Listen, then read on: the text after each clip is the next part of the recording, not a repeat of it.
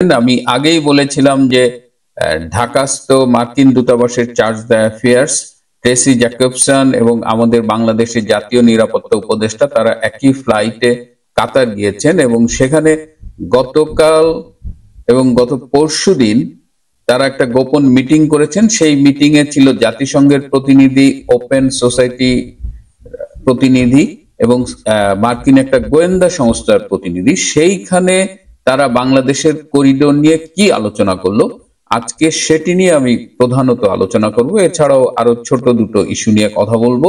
এই কাতারে তাদের যে গোপন মিটিংটা হয়েছে সেখানে মূলত তারা বাংলাদেশের যে করিডোর নিয়ে একটা অচল অবস্থা সৃষ্টি হয়েছে সেটার পরিস্থিতি মূল্যায়ন করেছে এবং সেই সেই অচল অবস্থার সমাধান করে কি করে তারা করিডোর এই প্রকল্পটাকে এগিয়ে নিতে পারে।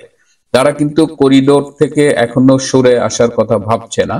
তো প্রথমেই তারা এই অচল অবস্থার জন্য যে কারণগুলো দেখিয়েছে, যে প্রথম হলো বাংলাদেশে কিছু রাজনৈতিক দল করিডোরের বিরোধিতা করা শুরু করেছে।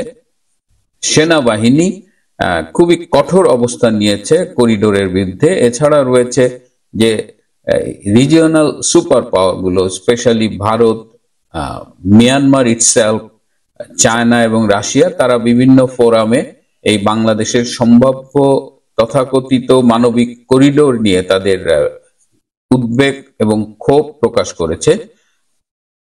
মিয়ানমার সরকারের মধ্যে যে ঘটনাটা ঘটেছে আমি একটু এই ফাঁকে বলে নিই যে বাংলাদেশের ইতিহাসে এই প্রথম বাংলাদেশের কোন রাষ্ট্রদূতকে কোন দেশ অবাঞ্ছিত ঘোষণা করে ফেরত পাঠালো, পার্সোনা নন গ্রাটা বলে যেটাকে, এবং তাকে বলা হয়েছিল যে 6 ঘন্টার মধ্যে মিয়ানমার থেকে উইথড্র করতে এবং 2.5 ঘন্টার মধ্যে তাকে মিয়ানমার থেকে ফিরিয়ে আনা হয়েছে। এটা কিন্তু কূটনৈতিকভাবে আমাদের গালে একটা বিশাল চপেটাঘাত, বাট ইট অলসো শোজ যে মিয়ানমার কি পরিমাণ ক্ষুব্ধ এই করিডোর ইস্যুতে। এর আগে সেখান থেকে আমাদের যে সামরিক উপদেষ্টা ব্রিগেডিয়ার আফতাব, তাকেও কিন্তু এভাবে খুব আর্জেন্ট বেসিসে ফেরত পাঠানো হয়েছে। It's all related to this corridor. Myanmar কিছুতেই এই করিডোরটার পক্ষে না বাংলাদেশের ব্যাপার। এবং আমি আরেকটু খোঁজ খবর নিয়ে জেনেছি যে যদি মানবিক সহায়তা আপনার রাখাইন স্টেটে পৌঁছতে হয় তাহলে Rakhine state itself has a seaport, হ্যাঁ, চাকফু, যেটা চাকফিউ বলে হলো তাদের লোকাল উচ্চারণে, চাকফিউ সমুদ্র বন্দরে সেখানে জাহাজ যেতে পারে। জাতিসংঘ যদি সেখানে ত্রাণ পৌঁছাতে চায় তো সেই সিপোর্টের মাধ্যমে পৌঁছায়। জাতিসংঘ এখনো কিন্তু মিয়ানমারের সরকারের সাথে যোগাযোগ করছে, তারাই অফিসিয়ালি মিয়ানমারের সরকার। তো জাতিসংঘ সেই তাদের সাথে কথা বলে সেখানে এই ত্রাণের ব্যবস্থা করতে পারে। সো অনেকের মতেই যে we don't need to involve Bangladesh, এবং যে মানবিক করিডোরে কথা বলা হচ্ছে সেটা সরাসরি জাতিসংঘের তত্ত্বাবধানে রাখাইন স্টেটেই সেই কাজগুলো করা যেতে পারে। প্রয়োজনে খুব জরুরি ভিত্তিতে দেখা গেছে ইয়ারলি মানে বিমানে করে করে খাবার এবং অন্যান্য সহযোগিতা পৌঁছে দিচ্ছে। So there are options. তো এই কারণে মিয়ানমার বলেন বা অন্যান্য সুপার পাওয়ার বলেন, অনেকেই এটি নিয়ে যেমন ক্ষুব্ধ, পাশাপাশি বলছে যে why Bangladesh, why corridor through Bangladesh. And it indicate যে আসলে আরাকান আর্মির ইনভলভমেন্ট আছে, এবং যেহেতু আপনি আরাকান আর্মিকে সাপোর্ট করতেছেন এই ইনুস রেজিম, সেহেতুই আসলে করিডোরের গ্যাঞ্জামটা। ইনুস রেজিম বলতে যেটা বোঝাচ্ছি আসলে ব্যাক বাই আমেরিকা আর কি। তো এখন যেহেতু একটা প্যাচ লাগছে, তারা এটা নিয়ে অ্যাসেস করেছে এবং এবং এটা যেটা হচ্ছে যে সেনাবাহিনীর অবস্থানটা, এটা নিয়েও একটা হয়েছে। আর এই যে আমাদের ট্রেসি অ্যান জ্যাকবসন যে চার্জ দ্য অ্যাফেয়ার্স, সে ট্রাম্পের আমলে বাংলাদেশে কাজ করলেও এটা খুব পিকুলিয়ার এন্ড সারপ্রাইজিং যে ট্রাম্প প্রশাসন এখনো বাংলাদেশে মার্কিন দূতাবাসে একজন রেগুলার অ্যাম্বাসেডার পাঠাননি। সো চার্জ দ্য অ্যাফেয়ার্স দায়িত্ব পালন করছে। এই চার্জ দ্য অ্যাফেয়ার্স ট্রেসি কিন্তু বেসিক্যালি বাইডেন প্রশাসনের সাথে ঘনিষ্ঠ এবং মার্কিন ডিপ স্টেটের সাথে ঘনিষ্ঠ। সো তিনি কার পারপাস সার্ভ করতেছেন এটা নিয়েও একটা মূল্যায়নের বিষয় আসছে। ওপেন সোসাইটি ফাউন্ডেশন এবং জাতিসংঘ এবং গোয়েন্দা সংস্থা, তাদের ভূমিকাও রিঅ্যাসেস করা হচ্ছে। এবং আরেকটা যে বিষয় সেটা হলো যে এই ইনুস রেজিমের সাথে, ইনুস অ্যাডমিনিস্ট্রেশনের সাথে সেনাবাহিনীর কেন এই টানাপোড়েনটা চলতেছে। এই টানাপোড়েনের কারণ কি? এই সম্পর্ক, কারণ দেওয়ার ইন এ গুড রিলেশনশিপ। তারা করিডোরের কাজ শুরুও করেছে, এই শিলখালিতে তাদের বাজেট অ্যালোকেটেড হয়েছে, সেখানে যে সাপ্লাই সাপোর্ট সিস্টেম ইনফ্রাস্ট্রাকচার হবে সব হলো, হঠাৎ কেন এই সম্পর্কটা এরকম টার্ন নিল এবং সেনাবাহিনী কঠোর হলো? সো এই বিষয়গুলো নিয়ে তারা অ্যাসেস করেছে যে why they try to find out all this possible reasons, এবং তারা কিছু অবজেক্টিভস ঠিক করেছে এই মিটিং এ, যেটা হলো যে তারা চাচ্ছে যে এই করিডোরটাকে কোন একটা আঞ্চলিক প্ল্যাটফর্মের ব্যানারে আনা যায় কিনা, একদম পিওরলি বাংলাদেশের মাধ্যমে করিডোর গেছে এটা বলাচ্ছে। যেহেতু বাংলাদেশ থেকে অবজেকশন আসছে, তারা চাচ্ছে যে একটা আঞ্চলিক প্ল্যাটফর্ম প্রতিষ্ঠা করে যদি সেই ব্যানারে আমরা যদি এই করিডোরটা করতে পারি।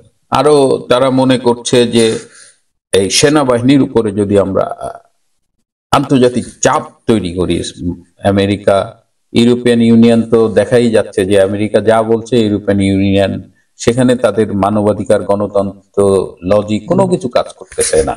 সো এই আন্তর্জাতিক প্রেশারটা তারা সেনাবাহিনীর উপর দিতে যাচ্ছে। আবার তারা এটাও ভাবছে যে এই করিডোরের ব্যবস্থাপনাটা কি জাতিসংঘের হাতে তুলে দেওয়া যায় কিনা। আবার ইউনূস অ্যাডমিনিস্ট্রেশনের উপরে ইন্টারন্যাশনাল প্রেশারটা বাড়ানো যায় কিনা। মানে নানাভাবে তারা দেখছে যে কি কি করলে আসলে এই করিডোরের প্রজেক্টটাকে তারা এগিয়ে নিয়ে যেতে পারে। তারা কিন্তু প্রজেক্টটা বাতিল করছে না, আমি আগেও বলেছি যে তারা প্রজেক্টটা বাতিল করছে না।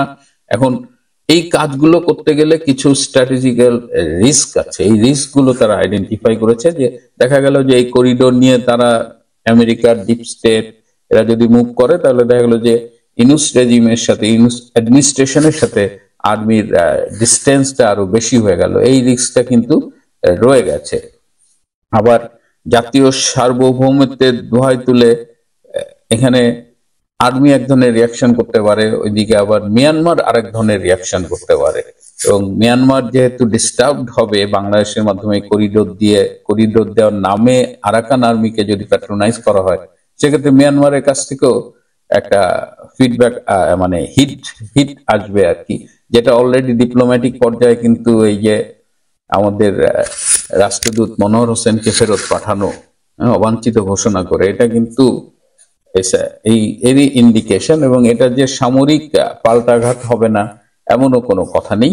আবার আমেরিকার ইমেজ নিয়ে টানাটানি হতে পারে, তখন দেশের ভেতর থেকে বলা হবে যে বাংলাদেশের আভ্যন্তরীণ বিষয়ে কেন বিদেশি শক্তি হস্তক্ষেপ করছে। সো এটা কিন্তু একটা রিস্ক। আর আন্তর্জাতিক গণমাধ্যমে ইউনূস সরকারের গ্রহণযোগ্যতা কিন্তু অলরেডি প্রশ্নবিদ্ধ হওয়া শুরু করেছে। নিউ ইয়র্ক টাইমসে তাকে নিয়ে লেখা হয়েছে, একদিকে তিনি তার পিআর কোম্পানি পাবলিক রিলেশনস দিয়ে একের পর এক সাক্ষাৎকার দিচ্ছেন যেখানে তিনি জলজ্যান্ত মিথ্যা কথা বলছেন, পাশাপাশি এখন দেখা যাচ্ছে যে ইন্টারন্যাশনাল মিডিয়া এখন ইউনূস সমালোচিত হচ্ছেন। ইন্টারন্যাশনাল মিডিয়া বাংলাদেশের বাস্তব নৈরাজ্যকর পরিস্থিতিটা তুলে আনছে। সো এই করিডোর ইস্যুতে দেখা গেল যে ইউনূস আরো বেশি আক্রান্ত হচ্ছে ইন্টারন্যাশনাল মিডিয়ায়। সো এখন এই অবস্থা থেকে উত্তরণে কি করা যাবে সেটা নিয়ে এই দুদিনের মিটিং এ আলোচনা হয়েছে। এবং সেখানে হলো যে